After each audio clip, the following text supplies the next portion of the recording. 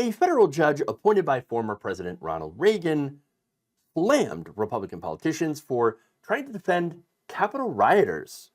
In a resentencing case for one of the rioters, District Court Judge Royce C. Lamberth wrote, "In my 37 years on the bench, I cannot recall a time when such meritless justifications of criminal activity have gone mainstream."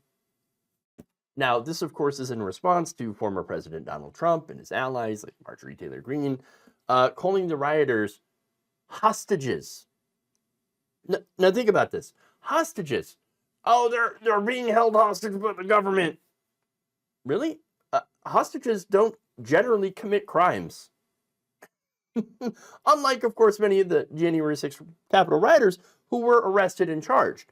Now, look, not all the crimes are violent crimes that happened on January 6th, but there were quite a few charges that did involve violence. Some of the crimes that they've been charged with include assault, destruction of government property, and trespassing on federal property.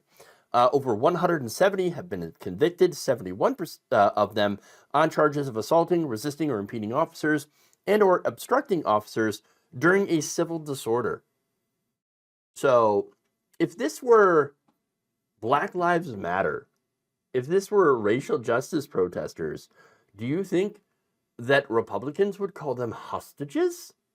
No, Marjorie Taylor Greene calls them terrorists, which is, again, ridiculous, but far worse than what the federal government has called these January 6th Capitol rioters.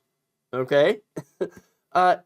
Now, that said, there were quite a few who were violent, and yet you have these Trump-supporting politicians that have been calling them essentially innocent tourists, political prisoners, or, in the case of this guy, defender of the muffins. Now, that shocked Judge Lamberth. He said this, "I have been shocked to watch some public figures try to rewrite history, claiming rioters behaved in an orderly fashion like ordinary tourists, or martyrizing convicted January 6 defendants as political prisoners, or even, incredibly, hostages." Now, this leads me to ask, with all due respect, Mr. Lamberth, have you seen Republicans? I mean, have you been paying attention? I'm shocked that Republicans would try to rewrite history. Do you know the modern Republican Party? Have you seen anything? I know, like, he's busy being a judge, right?